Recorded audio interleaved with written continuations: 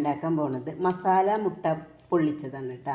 അപ്പോൾ ആദ്യം തന്നെ ഒരു പാൻ ചൂടാക്കാൻ വെച്ചിട്ടുണ്ട്. അതിലേക്ക് കുറച്ച് വെളിച്ചെണ്ണ വെച്ചെടുക്കുന്നു കേട്ടോ. ഇതൊന്ന് ചൂടായി വരട്ടെ കേട്ടോ. അപ്പോൾ വെളിച്ചെണ്ണ ചൂടായി വന്നിട്ടുണ്ട്. അപ്പോൾ അതിലേക്ക് ഒരു സബോള കേട്ടോ, അത് കനം കുറച്ച് അരിഞ്ഞിട്ട് കേട്ടോ. ഇതൊന്ന് വഴന്ന് വരട്ടെ കേട്ടോ.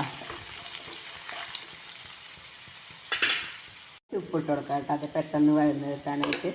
ഇതിലേക്ക് ഒരു 2 പച്ചമുളക്, ചെറിയ 2-3 അല്ലി വെളുത്തുള്ളി ചെറുതാക്കി അരിഞ്ഞത്, ഒരു ചെറിയ കഷ്ണം ഇഞ്ചി, വേപ്പില കേട്ടോ, അതിട്ട് കൊടുക്കാം കേട്ടോ.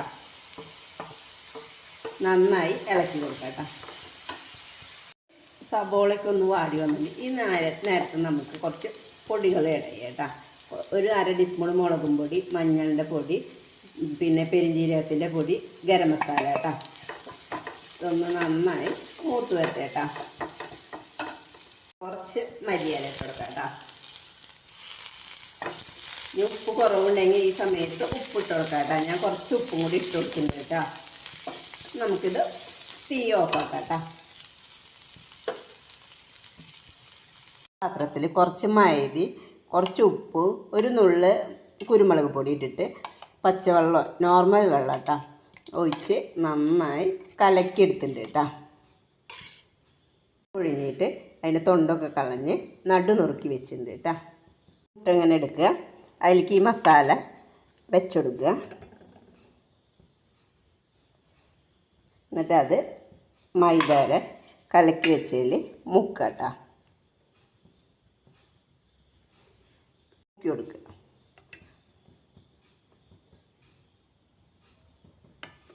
എല്ലായിടത്തേക്കും ആവണ വിധത്തിൽ കേട്ടോ. നമുക്ക് ഇവിടെ എണ്ണ ചൂടാക്കാൻ വെച്ചിട്ടുണ്ട്, അതിലേക്ക് ഇട്ട് കൊടുക്കാം കേട്ടോ.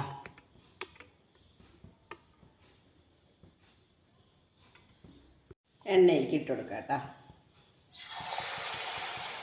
ഇതേപോലെ എല്ലാതും ഇങ്ങനെ ഇട്ട് കൊടുക്കട്ടെ കേട്ടോ. നമുക്ക് ഓരോന്നും മറിച്ചിട്ട് കൊടുക്കാം കേട്ടോ.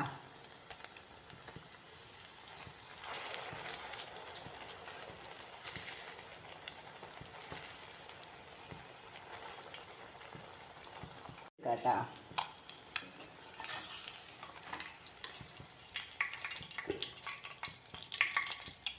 സ്റ്റെപ്പ് ഇട്ടെടുത്തു കേട്ടോ.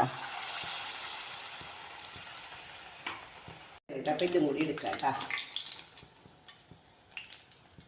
അപ്പം എല്ലാവരും ഇത് ഉണ്ടാക്കി നോക്കുക കേട്ടോ. പിന്നെ എൻ്റെ ചാനൽ ആദ്യമായിട്ട് കാണുന്നവരാണെങ്കിൽ ലൈക്ക് ചെയ്യുക, ഷെയർ ചെയ്യുക, സബ്സ്ക്രൈബ് ചെയ്യുക കേട്ടോ.